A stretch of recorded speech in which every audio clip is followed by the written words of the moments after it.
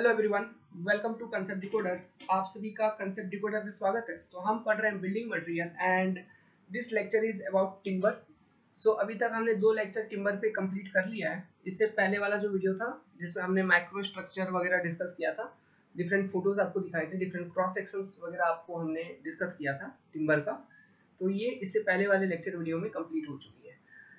इस particular video में मैं आपको ऐसे 14 इंपॉर्टेंट पॉइंट्स बताऊंगा इस टिम्बर वाले टॉपिक से, जिससे एक ना एक क्वेश्चन तो इस बार का एसएससी में या फिर गेट में तो पूछता नहीं है, ईएस में प्री में आएगा ही आएगा। अगर क्वेश्चन पूछेगा तो इन पॉइंट्स में से डेफिनेटली एक आध क्वेश्चन पूछता है टिम्बर से, अगर पूछेगा क्वेश्चन तो ये वीडियो बहुत इंपॉर्टेंट होने वाली है। अच्छे से देखिएगा, मजे में देखिएगा, बहुत मजा आएगा। आप सभी को बता दूं कि जो अपना बिल्डिंग मटेरियल का कोर्स है, एनरोलमेंट है, ये 15 अगस्त तक, अगर केवल आप इस सिंगल पेपर में एनरोल करना चाहते हैं तो 15 अगस्त से पहले करिए। The enrolment fee will be Rs 500 और ऐसे जो ओरिजिनल प्राइस है इसकी है Rs 699। तो आपके पास ₹200 की डिस्काउंट अवेलेबल है अभी फिलहाल कंसेप्ट डिकोडर पे। स्वागत है आपको, आप हमारे ग्रुप पे ज्वाइन कर सकते हैं। ग्रुप का जो ज्वाइनिंग लिंक है इस वीडियो के डिस्क्रिप्शन बॉक्स में प्रोवाइडेड है। दूसरी इंपॉर्टेंट पॉइंट, अगर आप न्यू हैं, पहली बार देख रहे हैं हमें या हमें सुन रहे हैं, देन अपने चैनल को सब्सक्राइब कर लीजिए और बेल आइकन दबाना ना भूलें। ओके, फायदे में रहेंगे। चलिए सबसे पहला पॉइंट शुरू करते हैं स्टार्टिंग से। स्पेसिफिक ग्रेविटी के बारे में बात करते हैं। जो टिम्बर का स्पेसिफिक ग्रेविटी है ये 1 से ज्यादा या 1 से कम हो सकता है, लेकिन जनरली जो इंजीनियरिंग पर्पस से हम टिम्बर यूज करते हैं उसकी जो स्पेसिफिक ग्रेविटी होती है वो 1 से अधिक होती है and it is about 1.54।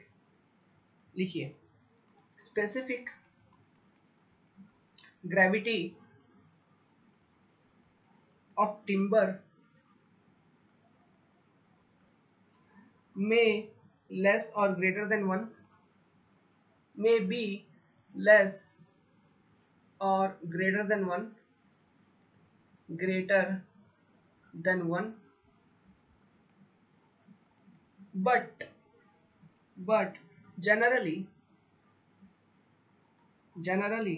specific gravity is 1.54।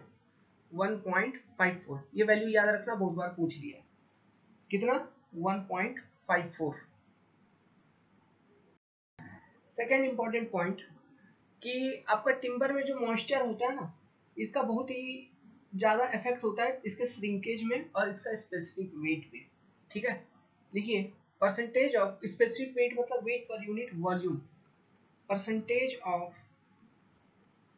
Moisture in a wood has a very large effect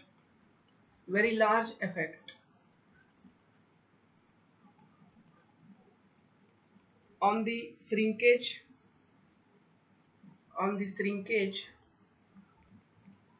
and specific weight of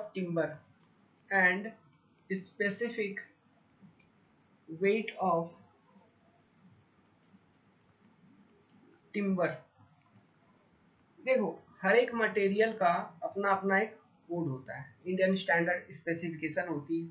तो बिल्डिंग मटेरियल में टिम्बर भी एक तरह का मटेरियल है, तो इसका भी एक अपना स्पेस कोड होगा, Indian standard.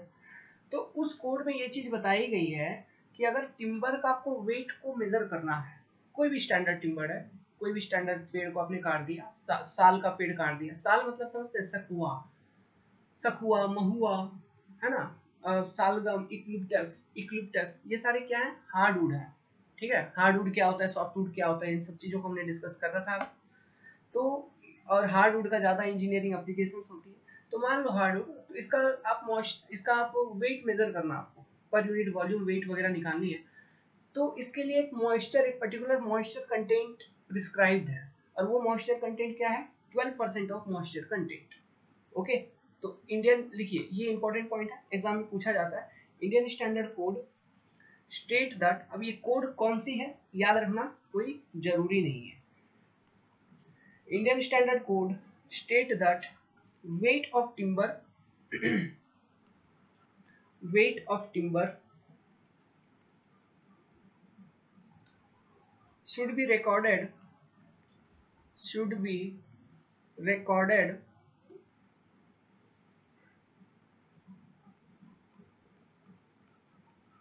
recorded at the level of 12% of moisture content.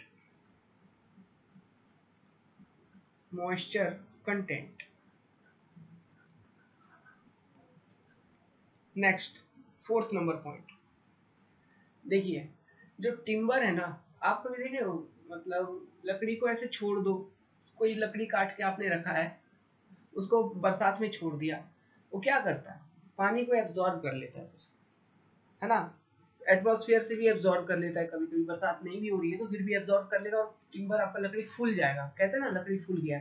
अच्छा, इसका एक एग्जांपल मैं बताता हूँ। मान लो आप कोई ऐसा घर है जिसमें साफ सफाई डेली होती है, वो जबरदस्त साफ सफाई करते हैं, तो क्या करेंगे, हर वक्त ना पानी डालते रहेंगे, लकड़ी पे पानी डाल दिया, मतलब दरवाजा खिड़की सबको अच्छे से एकदम पानी से साफ कर दोगे, तो इस चक्कर में होता क्या है, धीरे धीरे आपका दरवाजा जो है ना, वो खुलना और बंद होने में एक आवाज सी आने लगती है, वो बहुत सख्त हो जाता है। पहले इतना बहुत ज्यादा फ्री होता था दरवाजा खोलना और बंद करना, लेकिन अब धीरे धीरे वो क्या होता है, दरवाजा खोलना और बंद करना बहुत प्रॉब्लम होती है, हार्ड हो जाती है ना, फंसने लगती है। क्यों? वो फूल जाता है, एक्चुअली फूल जाता है, मॉइस्चर वो एब्जॉर्ब करके फूल जाता है। समझ में आ रहा है? इसलिए आपका जो आपने गैप छोड़ रखा था फ्लोर से, ठीक है, डोर के लिए, वो गैप अब फिल हो गया, तो आपका डोर जो है फ्लोर से टच होने लगता है। फिर से आपको क्या करना है, नीचे कटवाना पड़ता है, ताकि वो दरवाजा फिर से अच्छे से लॉक हो पाए, खुल पाए, बंद हो पाए। समझ में आ रही है बात? तो इसका जो ये जो नेचर है ना, इसको हम हाइग्रोस्कोपिक नेचर कहते हैं। तो लिखिए, timber by nature is hygroscopic,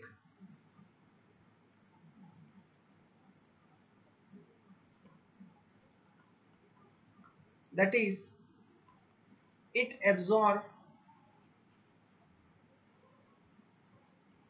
moisture from atmosphere, moisture from atmosphere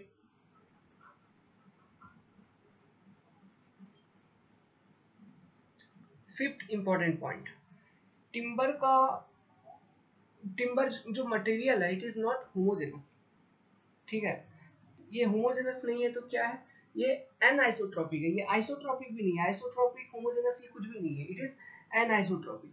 एनआइसोट्रॉपिक कहने का मतलब है किसी भी डायरेक्शन में, डिफरेंट डायरेक्शन में इसका श्रिंकेज हो सकता है, टिम्बर आपका डिफरेंट डायरेक्शन में श्रिंक हो सकता है। ओके, तो टिम्बर इज एन एनआइसोट्रॉपिक मटेरियल, ये एक इंपॉर्टेंट पॉइंट है, आप इसको लिखिए, fifth number point.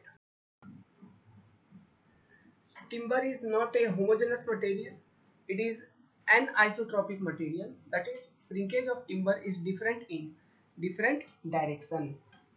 Sixth important point, जो ग्रीन टिम्बर है इसमें श्रिंकेज ज्यादा होगा ओल्ड टिम्बर के कंपैरिजन में।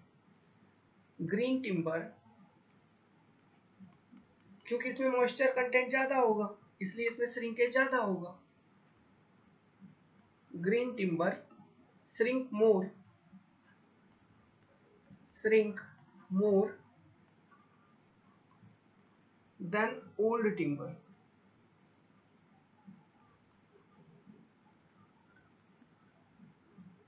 नेक्स्ट इंपॉर्टेंट पॉइंट, सेवेंथ, ये पॉइंट बहुत इंपॉर्टेंट है, लिखिए, green timber shrink less along length, shrink less along its length,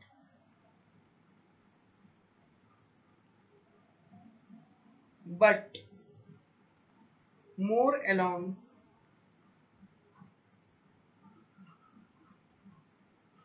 its radial direction,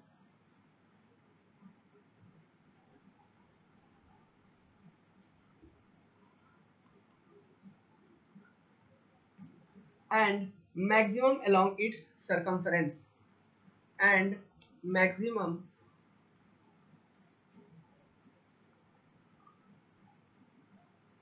along its circumference, मतलब जो गोलाई होती है ना उसके अलाउंग सबसे ज्यादा श्रिंकेज होगा। सर्कमफेरेंस, समझ में आ रही है बात? तो इसमें अंडरलाइन करने वाली क्या बात है, ऐसे सभी इंपॉर्टेंट है, लेकिन मिनिमम किधर, लेंथ के अलाउंग, मैक्सिमम किधर, सर्कमफेरेंस के अलाउंग।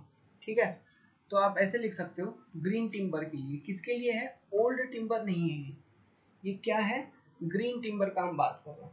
तो सर्कमफेरेंशियल श्रिंकेज सबसे ज्यादा, सर्कमफेरेंशियल श्रिंकेज सबसे ज्यादा होगा। फिर जो आपका रेडियल डायरेक्शन में जो आपका श्रिंकेज होता है इसको हम टेंजेंशियल श्रिंकेज भी कहते हैं। तो इंटरमीडिएट आपका क्या होगा, टेंजेंशियल श्रिंकेज।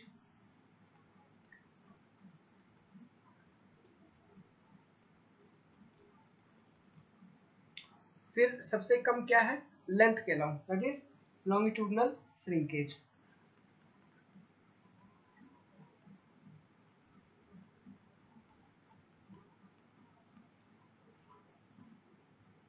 ओके, नाउ अब कुछ इंपॉर्टेंट पॉइंट इसी में है। ठीक है, इस 7th नंबर पॉइंट में ही हम बात कर रहे हैं। On an average shrinkage is about 0.1% along longitudinal direction.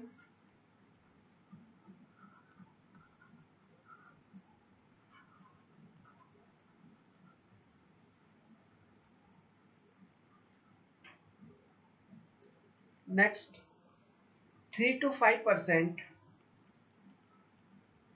along radial direction.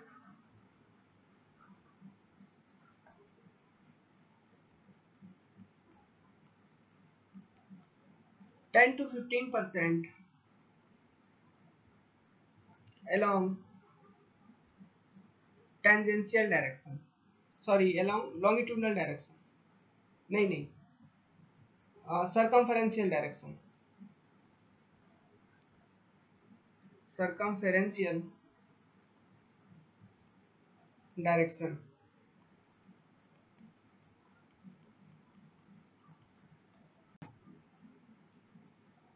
अभी एक काम करिए, यहाँ पे आप इसको रेडियल श्रिंकेज ही लिखो, टेंजेंशियल ना लिख के आप डायरेक्ट रेडियल श्रिंकेज ही लिखिए। ओके, इसको क्या लिखेंगे, रेडियल श्रिंकेज। तो आपका 3 तरह का श्रिंकेज हो गया, रेडियल डायरेक्शन में 3 to 5%, लॉन्गिट्यूडनल में बता दिया आपको 0.1%, और आपका इधर टेंजेंट सर्कमफेरेंशियल में कितना हो गया, 10 to 15%। सो अभी कभी कभी एग्जाम में आपसे एक रेशियो पूछेगा, तो अगर इसका रेशियो देखें, ठीक है, किसका, सर्कमफेरेंशियल श्रिंकेज बाय रेडियल श्रिंकेज का अगर हम रेशियो देखेंगे तो ये क्या है, 10 to 15%, ये क्या है, 3 to 5%। तो जो रेशियो है वो क्या होगा, कहां से कहां तक होगा, 3 to 5। ठीक है, ये रेशियो कितना होगा, 3 to 5 के रेंज में ये रेशियो आएगा। तो इन बातों को ध्यान रखिएगा। पॉइंट नंबर 7 बहुत ही इंपॉर्टेंट था, बहुत तरह के एग्जाम में बहुत तरह के क्वेश्चन आ सकते हैं। पॉइंट नंबर 8 पे आते हैं, लिखिए heat conductivity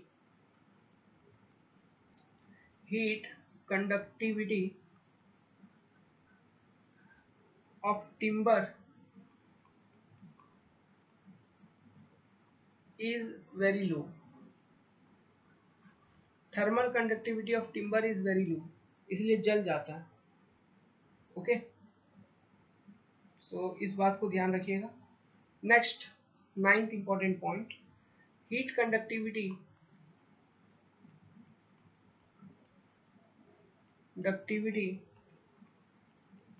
along parallel along fibers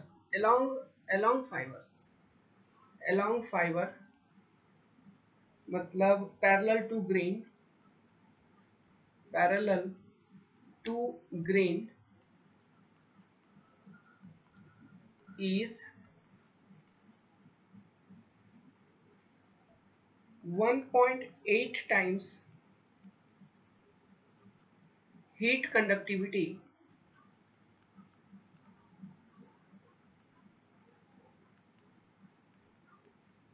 across the fiber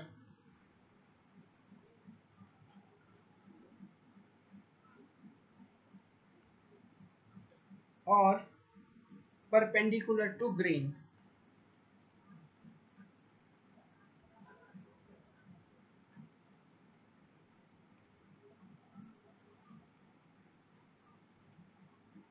okay, अभी ये पैरेलल परपेंडिकुलर क्या है समझाते हैं।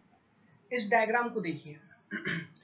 ये देखो, पर पैरेलल टू ग्रेन मतलब देखो जो टिम्बर का फाइबर है ये ग्रेन्स है, ठीक है, ये इस तरह से।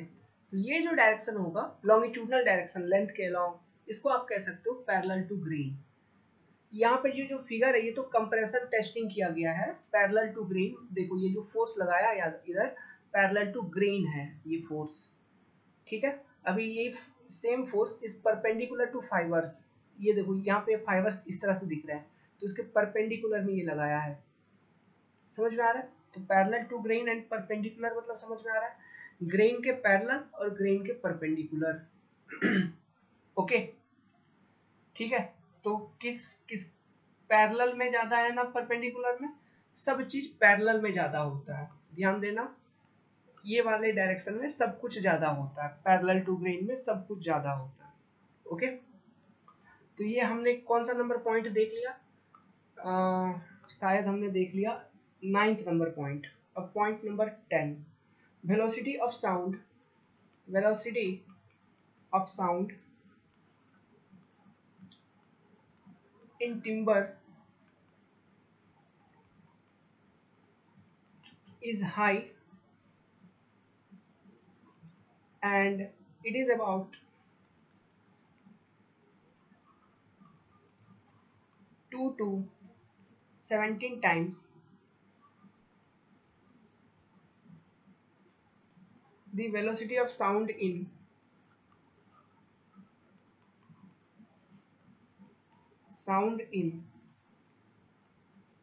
air। हवा में जो वेलोसिटी है साउंड की उससे करीबन 2 से 17 गुना ज्यादा होता है साउंड का वेलोसिटी टिम्बर में। मतलब लकड़ी के थ्रू से जल्दी आपके कान तक आवाज पहुंचेगा, यही बात हुआ, ठीक है। पॉइंट नंबर 11, पॉइंट नंबर 11 में लिखिए कंप्रेसिव एंड टेंसाइल स्ट्रेंथ। मैंने क्या बोला था, अलोंग द ग्रेन या फिर लॉन्गिट्यूडनल डायरेक्शन में सब कुछ ज्यादा होता है। तो compressive and tensile strength, tensile strength along grain या फिर पैरेलल कह लो, पैरेलल डायरेक्शन या फिर longitudinal is more than perpendicular direction. सब कुछ ज्यादा होता है, ध्यान रखिएगा, एग्जाम में पूछेगा ये चीज, तो यहाँ पे ज्यादा कंफ्यूज होने की जरूरत नहीं है। चाहे वो कंप्रेसिव स्ट्रेंथ हो, टेंसाइल स्ट्रेंथ हो, ठीक है, इलास्टिसिटी मॉडुलस हो, सब कुछ okay, perpendicular direction to the grain.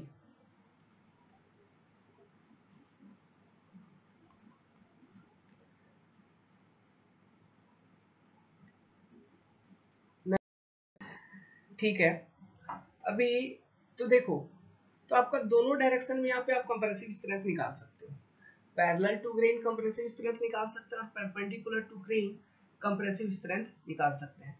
अभी दोनों का अपना अपना एडवांटेज है, दोनों का अपना अपना एप्लीकेशन है। कैसे, strength parallel to grain, strength parallel to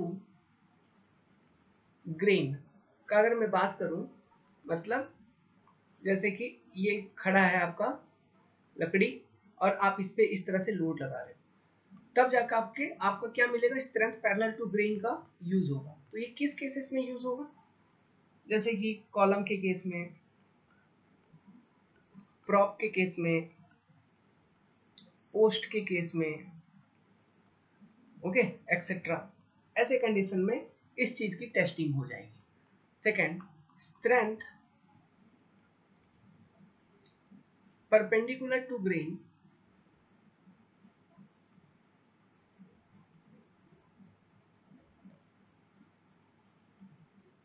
to grain, कहने का मतलब है इसी टिम्बर को लेटा दो, अब इस पे ट्रांसवर्स लोड लगाइए इस तरह से, तो ये कहीं ना कहीं आप एक्सियल लोड लगा रहे हो, अब इस पे ट्रांसवर्स लोड लगाओ, ठीक है। तो इस तरह का लोडिंग आपको कब किस केस में देखने को मिलता है, किस तरह का स्ट्रक्चरल एलिमेंट है और जहां पे टिम्बर का यूज हो, जैसे कि बीम के केस में, स्लीपर के केस में, रेलवे ट्रैक पे जो स्लीपर होती है वहां पर स्ट्रेंथ परपेंडिकुलर टू ग्रेन का इंपॉर्टेंस अधिक होगा। बात क्लियर है। नेक्स्ट, ये कौन सा नंबर पॉइंट था आपका, 11 था शायद, तो point number 12, tensile strength. Tensile strength पर अगर मैं बात करूं तो जो टिम्बर होती है इसकी जो टेंसाइल स्ट्रेंथ है ये आप दोनों डायरेक्शन में मेजर कर सकते हैं। It can be measured, it is measured in both direction.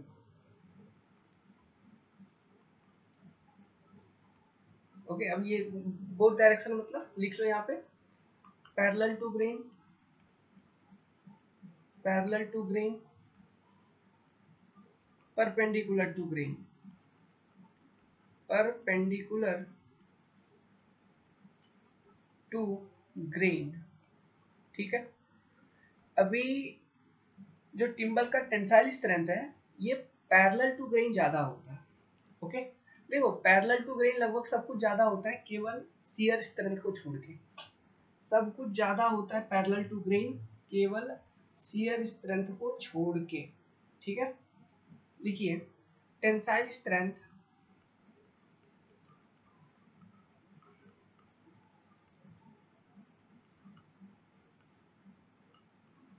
Of timber parallel to grain, parallel to grain या फिर along grain, along grain is approximately 2 to 4 times more than perpendicular to grain। ध्यान रखना ज्यादा होता है, कितना, 2 से 4 गुना perpendicular to grain,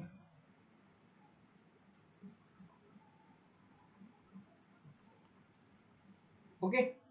ये 2 से 4 गुना ज्यादा होता है, okay, perpendicular to grain. Now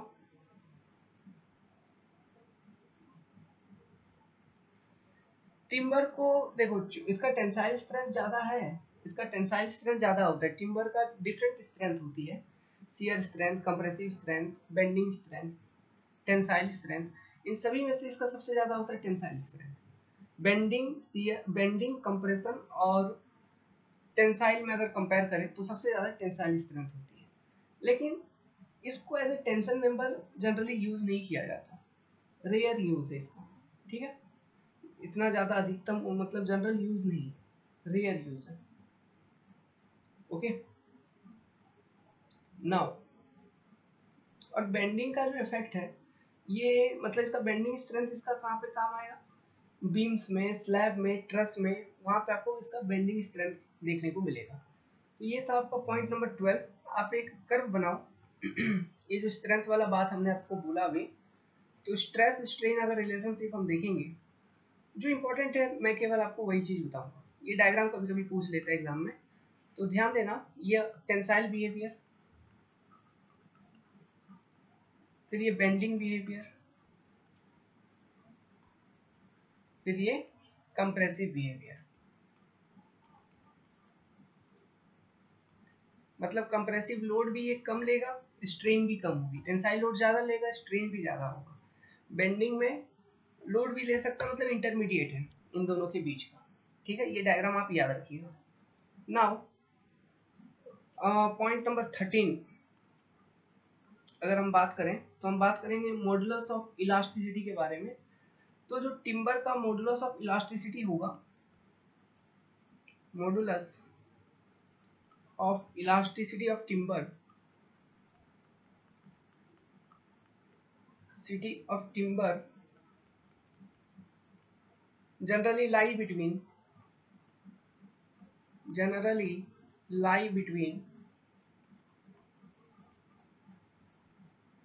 5 to 10 kilonewton per meter square।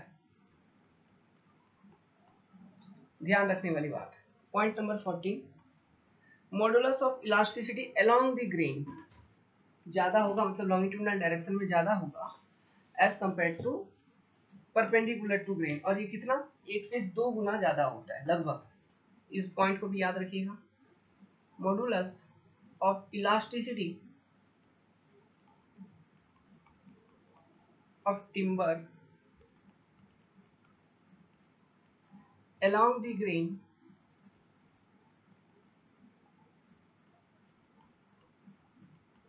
is 1 to 2 times greater than modulus of elasticity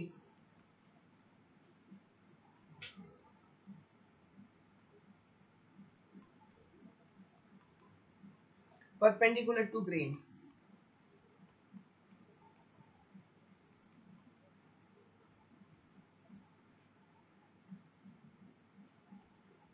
now अभी और एक पॉइंट इसमें ऐड कर दीजिए। हमने बोला था 14 पॉइंट, लेकिन एक पॉइंट और ऐड हो जाएगा, शियर स्ट्रेंथ का ऐड कर दीजिए।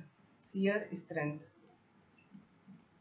शियर स्ट्रेंथ मतलब लकड़ी को जब काटोगे ना, लकड़ी को आप जब कट करोगे तो जो कट करते वक्त जो रेजिस्टेंस आपको मिलता है, वो रेजिस्टेंस को शियर स्ट्रेंथ ऑफ टिम्बर कहा जाता है। समझ में आया? लकड़ी को कट करते वक्त जो रेजिस्टेंस मिलेगा, उस रेजिस्टेंस को शियर स्ट्रेंथ ऑफ टिम्बर कहा जाता है। जैसे कि मान लो कोई मक्खन है, अभी मक्खन को काटोगे, मान लो जैसे कि दही, ठीक है, कढ़ाई में दही जमाते हो तो दही को चम्मच से भी काट दोगे तो दही का शियर स्ट्रेंथ है क्या? बहुत कम, बहुत कम। एकदम हल्के से एकदम सॉफ्टली कट कर दी। क्या लकड़ी को ऐसे सॉफ्टली चाकू चला दोगे तो कट हो जा रहा है क्या? नहीं हो रहा है, कुछ ना कुछ वो रेजिस्टेंस ऑफर कर रहा है। मतलब दही के कंपैरिजन में लकड़ी का शियर स्ट्रेंथ थोड़ा ज्यादा है ना, लेकिन फिर भी कट हो रहा है, लकड़ी भी कट हो जाता है। तो कहीं ना कहीं हम ये कह सकते हैं इसमें पहला पॉइंट कि shear strength of timber is low. Shear strength of timber is very low, काफी कम होती है। Just a minute. और ये कितना होती है? ये होता है लगभग, आपका जो ये रेंज है इसका एक पर्टिकुलर रेंज होता है। ये रेंज मैं आपको बताऊंगा, अभी रुक जाइए, इसके लिए एक चीज समझाना होगा।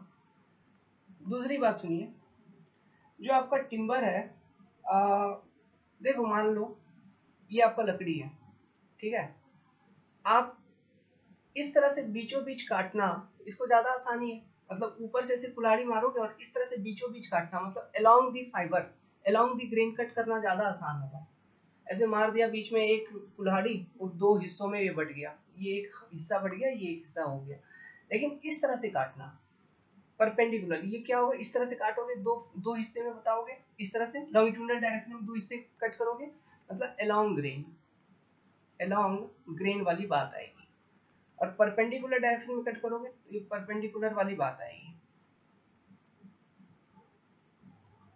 तो देखो, जो लकड़हारा होता है वो एक लकड़ी का गट्ठा लेगा और बीच में एक कुल्हाड़ी मारेगा, इसको 2 फाल में तुरंत फटाफट बांट देगा।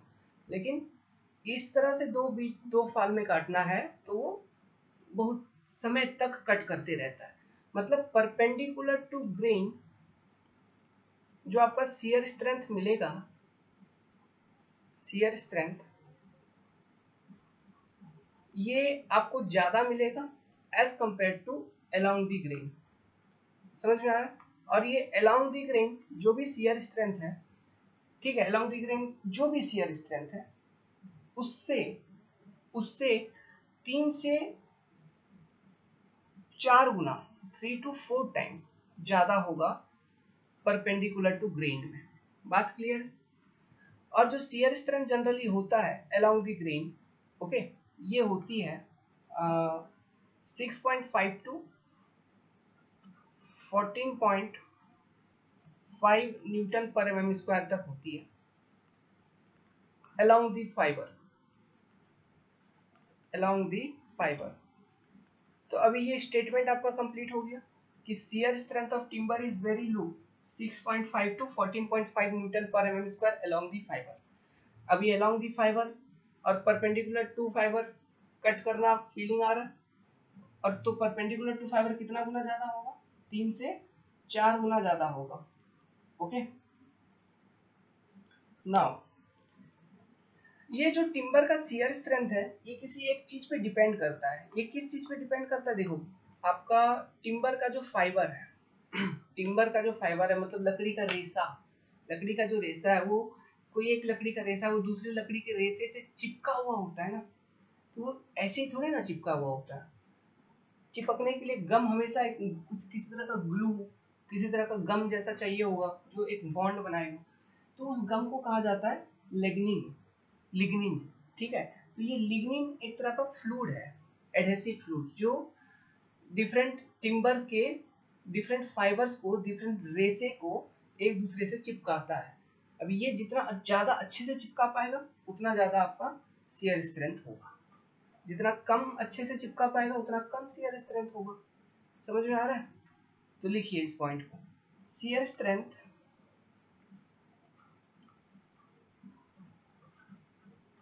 of timber depend on the lignin within the fiber, lignin within fiber। अब ये लिग्निन क्या है? एक तरह का एडहेसिव फ्लूइड, ओके, जो कि टिम्बर के डिफरेंट फाइबर्स के बीच में एक बॉन्ड बनाती है। ओके, लिग्निन क्या करता है? लिग्निन टिम्बर के फाइबर में बॉन्ड बनाता है। समझ में आया? ये एक तरह का एडहेसिव है, एडहेसिव मतलब फाइबर। देखो, टिम्बर का फाइबर कोई अलग मटेरियल है, लिग्निन कोई अलग मटेरियल है, दो अलग अलग डिफरेंट मटेरियल को एक साथ चिपकाना, मतलब ये एडहेशन का काम कर रहा है ना, चिपकाना। समझ गया? जैसे फेविकॉल। ओके, तो ये फेविकॉल का शक्ति जितना ज्यादा, उसको उसको काटने में उस चीज को उतना ज्यादा टफनेस होगा, तो शियर स्ट्रेंथ उसका ज्यादा होगा ऑब्वियसली। समझ में आई बात? So with this we have completed this important points related to timber. इसी में हमने आपको बहुत सारे पॉइंट्स बता दिए। इसी के साथ हमने इसमें मैकेनिकल प्रॉपर्टीज ऑफ टिम्बर को भी हमने डिस्कस कर लिया। क्या डिस्कस कर लिया? मैकेनिकल प्रॉपर्टी ऑफ टिम्बर को हमने डिस्कस कर लिया। ओके, नाउ अच्छा, एक्चुअली इसमें थोड़ा मॉडिफिकेशन करिए। इस वाले पॉइंट में कहाँ गया वो point? Modulus of elasticity of timber along the grain is, हमने यहाँ पे लिखवाया था 1 to 2 टाइम्स। एक्चुअली ये 1 to 2 टाइम्स नहीं है, मिस्टेक हो गया, 10 to 20 times greater than perpendicular to grain, 10 to 20 times greater than perpendicular to grain. ठीक है, ओके। और इसका टिम्बर का बिहेवियर तो बताया क्या है? इसका बिहेवियर जो होती है टिम्बर का, एन आइसोट्रोपिक इलास्टिक मटेरियल जैसा इसका बिहेवियर होता है। टिम्बर का जो बिहेवियर होता है वो क्या होता है? एन आइसोट्रोपिक इलास्टिक मटेरियल के जैसा इसका बिहेवियर होता है। देखो, पैरेलल टू ग्रेन जो इलास्टिसिटी मॉडुलस होती है उसको हम कहेंगे लॉन्गिट्यूडनल इलास्टिसिटी मॉडुलस।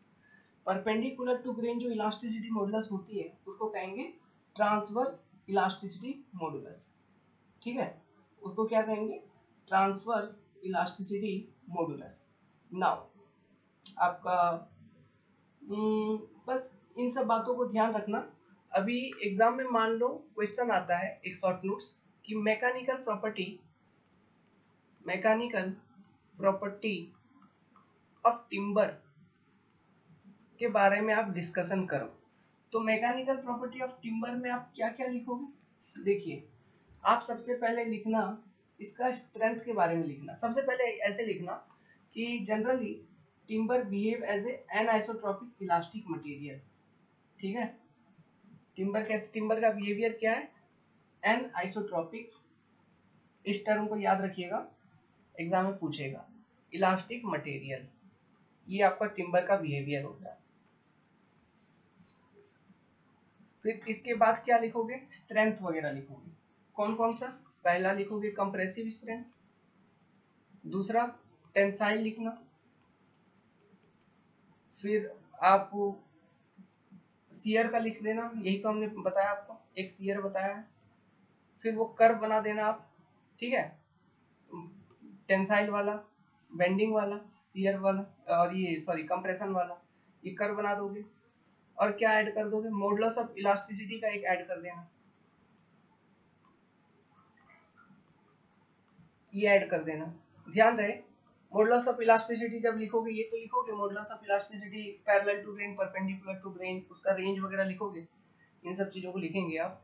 फिर आपको क्लासिफिकेशन मैंने एक बताया था, classification of timber based on modulus of elasticity, याद है, ठीक है, उस चीज को भी लिख देना कि high modulus of elasticity, moderate, low, ठीक है, based on this timber are classified. इससे मतलब लेक्चर नंबर 1 के एंडिंग पे लास्ट में हमने बताया होगा, उस चीज को भी इधर ऐड कर दीजिएगा। ओके,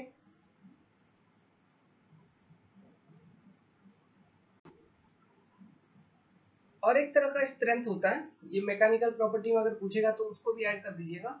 चलिए कुछ छूटे क्यों, इसको भी लिख लीजिए, एक पॉइंट और ऐड कर लो, पॉइंट नंबर 16 ऐड कर लीजिए। इसी में लिखिए cleavage strength, cleavage strength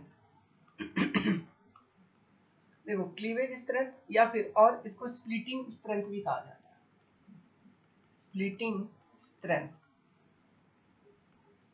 splitting strength मतलब समझ रहे हो ना आप, जैसे कि ये लकड़ी का गट्ठा है, आपने इस पे एक कुल्हाड़ी मार दिया यहाँ पे बीच में, तो ये दो हिस्सों में बट जाएगा, इधर इधर।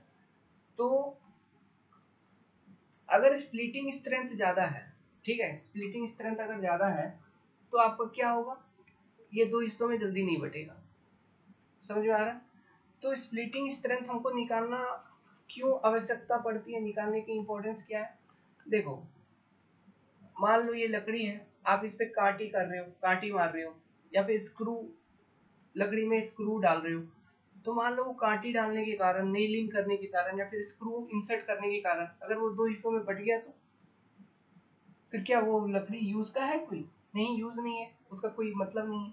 समझ में आया, तो ऐसा लकड़ी जिसमें आपको इंजीनियरिंग वर्क करोगे, जिस केस में आपको उस लकड़ी के अंदर कांटी ठोकना हो या फिर उसमें स्क्रू वगैरह डालना हो, तो ऐसे लकड़ी का जो स्प्लिटिंग स्ट्रेंथ है वो हमेशा ज्यादा होना चाहिए। लेकिन ऐसा लकड़ी जिसको एज ए फ्यूल मतलब जलावन के रूप में आपको यूज करना है, तो उसको आप पतले पतले पीसेस में कट करना चाहोगे तो उसका स्प्लिटिंग स्ट्रेंथ कम हो, आप हमेशा यही चाहोगे। समझ में आ रहा है, ओके। तो स्प्लिटिंग स्ट्रेंथ को हम जनरली किस डायरेक्शन में मेजर करेंगे, पैरेलल टू ग्रेन। ओके, तो लिखिए क्लीवेज स्ट्रेंथ और स्प्लिटिंग स्ट्रेंथ, इसमें लिखिए पहला point, it refers to the splitting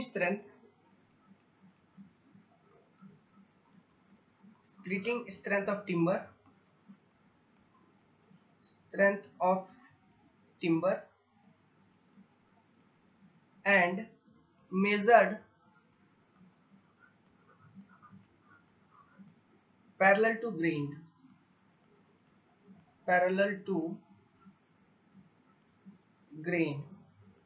क्योंकि परपेंडिकुलर टू ग्रेन स्प्लिट होने का कोई चांसेस ही नहीं है, उस डायरेक्शन में आपका स्प्लिटिंग स्ट्रेंथ काफी ज्यादा है। पैरेलल टू ग्रेन में स्प्लिटिंग स्ट्रेंथ आपको कम देखने को मिलेगा, है ना। नेक्स्ट पॉइंट लिखिए, high resistance to cleavage, high resistance to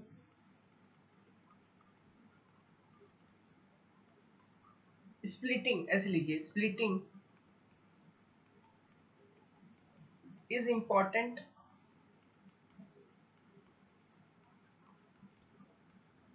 for nailing, कांटी ठोकना या फिर screwing and screwing while low splitting strength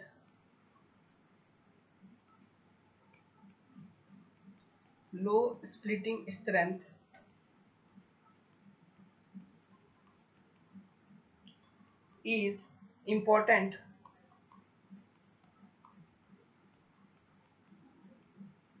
for use as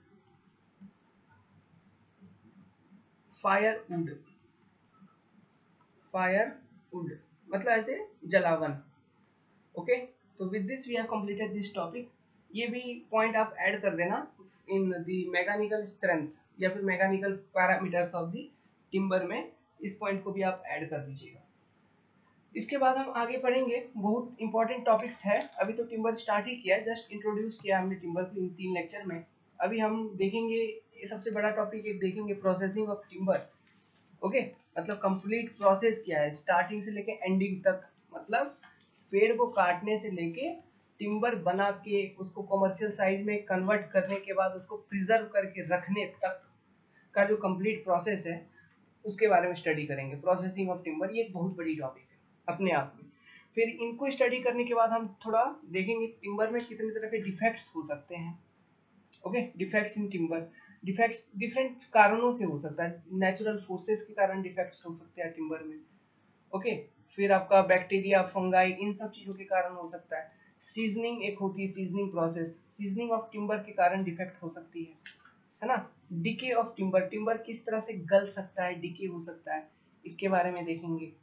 okay, और अपने आप में ये सारे छोटे छोटे शॉर्ट नोट्स होंगे, बहुत इंपॉर्टेंट टॉपिक्स होंगे, जैसे सीजनिंग ऑफ टिम्बर, पेड़ का काटना, किस सीजन में काटना चाहिए, सीजनिंग के प्रोसेस क्या है, मेथड्स क्या है।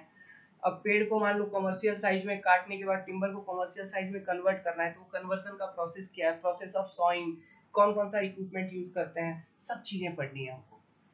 अब असली टॉपिक शुरू होगा ईएस लेवल का। ये सब तो एसएससी लेवल का था, हाँ उसमें भी एसएससी लेवल का आएगा ऑब्जेक्टिव पार्ट में, लेकिन ईएस लेवल के लिए असली चीज अब शुरू होगी। ठीक है, सो रेडी हो जाइए। नेक्स्ट क्लास में हम हो सकता है तो 4-5 घंटे का एक ही लेक्चर बना देंगे जिसमें ये सब कंटेंट एक ही साथ आपको मिलेगा। ओके, वेल वीडियो को एंड करने से पहले मैं आपको बता दूं, जो कॉन्सेप्ट डिकोडर पे अपना ऑफर चल रहा है, आप स्क्रीन पे एक तस्वीर देख पा रहे होंगे। इसमें जो अपना कॉन्सेप्ट डिकोडर का जो टेक्निकल पार्ट है जो अभी कंप्लीट हो चुकी है, बिल्डिंग मटेरियल इसमें रनिंग है, बाकी सब चीज कंप्लीट है।